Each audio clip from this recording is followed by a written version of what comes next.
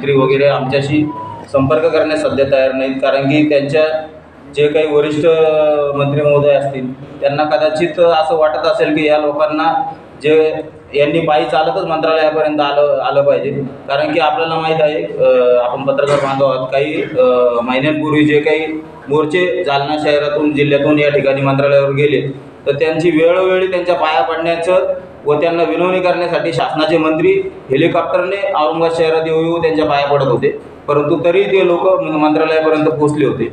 परंतु हा केवळ आंबेडकरी समाजाचा मार्च असल्यामुळे न्याय हक्कासाठी शासन या ठिकाणी कुठल्याही प्रकारची दखल घेताना आम्हाला दिसत नाही.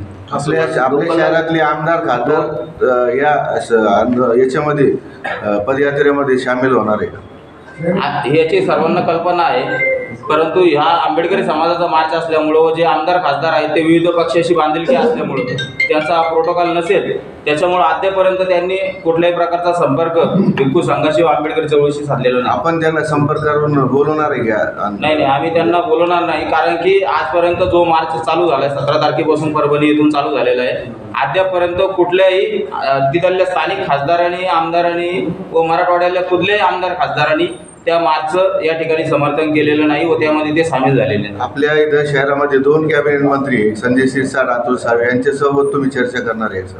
नाही, आम्ही जो मार्च ठरलेला आहे तो मार्च आमचा चालूच राहणार आहे मंत्रालयापर्यंत, जोपर्यंत आमच्या ज्या मागण्या आहेत मार्चच्या त्या पूर्ण होणार नाहीत, त्या जो काही मृत सोमनाथ सूर्यवंशी व विजयदादा वाकोडे, संतोष देशमुख यांना न्याय मिळणार नाही तोपर्यंत आमचा मार्च हा मुंबईपर्यंत चालूच राहणार आहे. काही प्रमाणात संतोष देशमुखांचं जे प्रकरण आहे ते उचलल्या गेलेलं आहे, त्याच्याकडे संपूर्ण महाराष्ट्राचं त्याच्याकडे लक्ष आहे. रोज मीडिया पण त्याच्यावर भाष्य करते, सगळे राजकीय पक्ष त्याच्यावर भाष्य करतात, पण सोमनाथ सूर्यवंशीची केस थोडीशी मागे पडली असं वाटतंय का? जास्तच प्रमाणामध्ये ती मागे पडलेली आहे, कारण की सोमनाथ सूर्यवंशी जे आहेत ते सत्ताधारी पक्षाचे सरपंच त्या ठिकाणी होते, त्याच्यामुळे त्यांची बाजू उचलणारे लोक त्या ठिकाणी आहेत. आंबेडकरी चळवळीचा कुठलाही आमदार खासदार या महाराष्ट्रामध्ये निळ्या झेंड्याखाली निवडून न आल्यामुळे ती एक मोठी शोकांतिका आहे. त्याच्यामुळे आमची बाजू मांडणारा सभागृहात कोणी नसल्यामुळे आम्ही त्या ठिकाणी कमी पडत आहोत. पण दादा दलित मंत्री आहेत ना? दलित मंत्री आहेत, परंतु ते विविध पक्षाला बांधील असल्यामुळे केवळ ते समाजाचा विषय पुढं कसा रेटावा यासाठी त्यांच्यावर काही बंधन असतील, त्याच्यामुळे ते समाजाची बाजू मांडण्यास सक्षम ठरत नाही.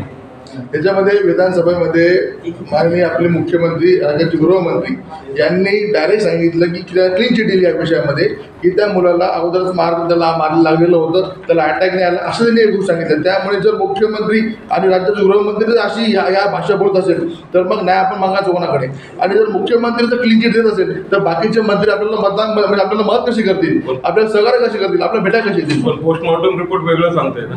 पोस्टमॉर्टम रिपोर्टमध्ये तेच आहे ना, पोस्टमॉर्टम रिपोर्ट आणि मुख्यमंत्र्यांचं भाष्य ह्या दोन खूप मोठी तफावत आहे, आणि या तफावत असल्यामुळे आम्हाला त्यांच्यावर विश्वास नाही आहे, म्हणून हा लॉंग मार्च आम्ही काढतो. लॉंग मार्च आहे तो आपण न्याय मार्चसाठी लॉंग मार्च करत आहोत, आणि लॉंग मार्चमध्ये फक्त बौद्ध समाजावरती कोकणावरती हे नाही तर सर्व समाजाच्या वतीनं न्याय मागण्यासाठी जो काही न्याय होतो आणि होतो घटनापूर अत्याचार होतो तो अत्याचार च्या विरोधात सर्व समाजाच्या वतीनं फक्त बौद्ध समाजात सर्व समाज या ठिकाणी जे लोक इतर आधारित समाजाच्या वतीनं सर्व पक्षीय सर्व समाजाच्या वतीनं या ठिकाणी लांबण केला, त्यामुळे सर्व समाजाचा आपले या ठिकाणी सभा घेऊन अशा प्रकारची अपेक्षा आहे. प्रत्येक चौकामध्ये शहरामध्ये प्रत्येक चौकामध्ये आपले भीमसैनिकांनी त्या लोकांची स्वागताची त्यांच्या खाण्यापिण्याची जीवनावश्यक वस्तूंची पुरवठा करण्यासाठी सर्व भीमसैनिक पुढे आले आहेत, आणि प्रत्येक चौकामध्ये त्यांचे स्वागत होणार आहे. आणि आपल्या क्रांती चौकामध्ये एक अभिवादन सभा होणार आहे, त्या ठिकाणी सुद्धा अभिवादन करून नंतर आपला पैठण गेट मार्गे सिरी चौक मार्गे आपलं भटकी गेट येणार, आणि तिथून मग विद्यापीठ गेट मार्गे आपण जाणार आहोत. यामध्ये काही जानेवारी रोजी छत्रपती संभाजीनगर शहरात होणारा ऐतिहासिक लॉंग मार्च या निमित्ताने पूजनीय भिक्खू संघाच्या वतीने व सर्वपक्षीय आंबेडकरवादी पक्ष संघटनेच्या वतीने आज ही महत्त्वाची पत्रकार परिषद या ठिकाणी आयोजित केलेली आहे. आमच्या विनंतीला मान देऊन सर्व पत्रकार बंधू या ठिकाणी आलेले आहेत, त्यांचा मी सर्वप्रथम आभार मानतो. आपल्याला सांगायचं झालं तर परभणी येथील कोम्बिंग ऑपरेशनच्या नावाखाली जो काही परभणी येथे अत्याचार घडला तो आपल्या सर्वांना परिचित आहे, सर्वांना माहिती आहे की त्या ठिकाणी पोलिसिंग विभागाकडून कशा प्रकारे कोम्बिंग ऑपरेशनच्या नावावर त्या ठिकाणी गोरगरीब नागरिकांना, तरुणांना त्या ठिकाणी म्हणजे आपण विचारही करू शकत असा अत्याचार त्या ठिकाणी करण्यात आला. त्यामध्ये भीमसैनिक सोमनाथ सूर्यवंशी याचा मृत्यू झालेला आहे व तो मृत्यू झाल्यानंतर देखील या राज्याचे जे गृहमंत्री आहेत, आताचे मुख्यमंत्री, त्यांनी विधानसभेमध्ये अशी माहिती दिली की त्याचा मृत्यू हा केवळ आजारामुळे झालेला आहे, पोलीस मारहाणीमुळे झालेला नाही. परंतु ज्या ठिकाणी या ठिकाणी आपण घाटी हॉस्पिटल येथे त्याचं जेव्हा आपण PM केलं होतं, पोस्टमॉर्टम रिपोर्ट त्याचा असा होता की पोलीस मारहाणीमध्ये मल्टिपल इंजुरीमुळे त्याचा मृत्यू झालेला आहे असं त्या ठिकाणी झालं होतं.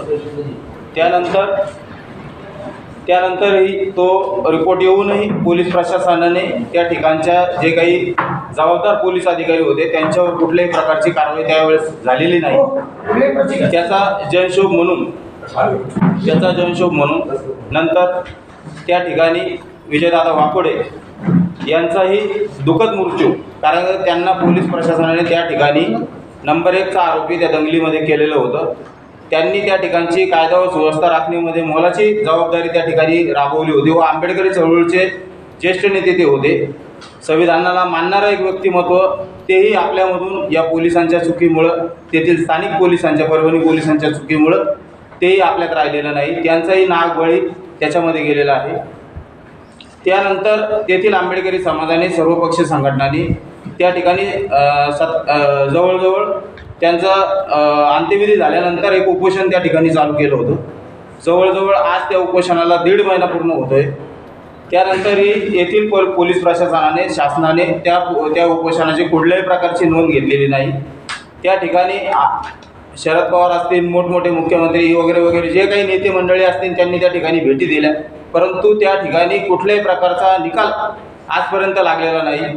त्याच बाजूला संतोष देशमुख हत्या प्रकरण बीडमध्ये जे घडलं त्याच्यामध्ये शासनाने SIT लावली, त्या ठिकाणचे आरोपी अटक झाले, परंतु या ठिकाणी क्लिअरली पोलीस प्रशासनाची चुकी दिसून येत असताना त्या ठिकाणी सोमनाथ सूर्यवंशीचा मृत्यू झाला आहे, विजयदादा वाकोडे यांचा मृत्यू त्या ठिकाणी झालेला आहे.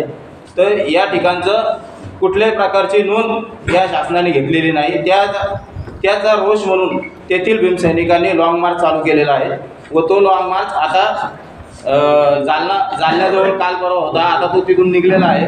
आज शेकटा, उद्या करमाड आणि कालच्या दिवशी तो कॅम्ब्रिज चौक या ठिकाणी चंपावती लॉन इथे थांबणार आहे व 27 तारखेला आंबेडकरी चळवळीचं केंद्र म्हणून ओळखल्या जाणाऱ्या आपल्या छत्रपती संभाजीनगर औरंगाबाद शहरात तो धडक मारणार आहे व यासाठी अखिल भारतीय भिक्खू संघ व सर्वपक्षीय आंबेडकरवादी संघटना यांनी त्याची पूर्ण तयारी या ठिकाणी केलेली आहे.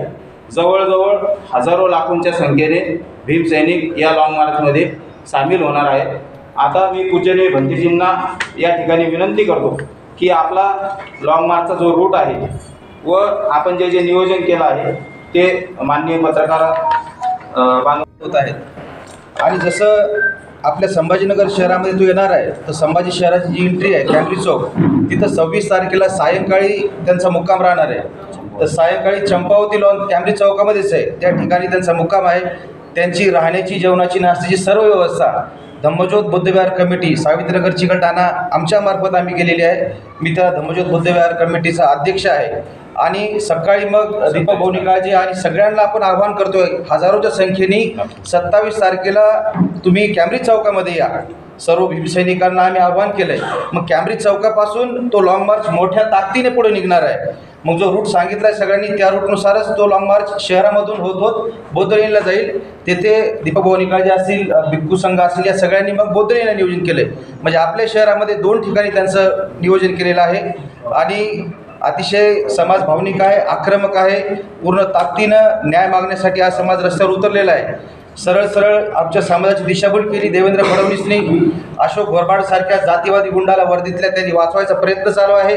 सरळ सरळ पोस्टमॉर्टमचा रिपोर्ट सांगतोय की मणक्यावर जबर मार लागल्यामुळे आमच्या भीमसैनिकाचा मृत्यू झाला. पण फडणवीसांनी ते विधानसभेमध्ये चुकीची माहिती दिली, श्वसनाचा आजार सांगितला. ते सगळं स्क्रिप्टेड होतं, सगळं तयार केलं होतं. ज्यावेळेस इन कॅमेरा पोस्टमॉर्टम झालं, आमच्या सगळं लक्षात आलं, त्यावेळेस ॲक्च्युअल आमच्यावर किती अन्याय झाला आहे. आणि या देवेंद्र फडणवीसनी गृहमंत्री झाल्यानंतर या पोलिसांना आमचे मुर्दे पाडायचं लायसन दिले का, हा प्रश्न आमच्यासमोर निर्माण झालेला आहे. आणि जसा सोमनाथ सूर्यवंशी गेला, यानंतर दुसरा सोमनाथ सूर्यवंशी बळी जाऊ नये यासाठी हा पूर्ण समाज महाराष्ट्रामध्ये एका ताकदीने, एका दिलानं आणि पुऱ्या हिमतीनं याचा सामना करण्यासाठी, न्यायासाठी तत्पर आहे.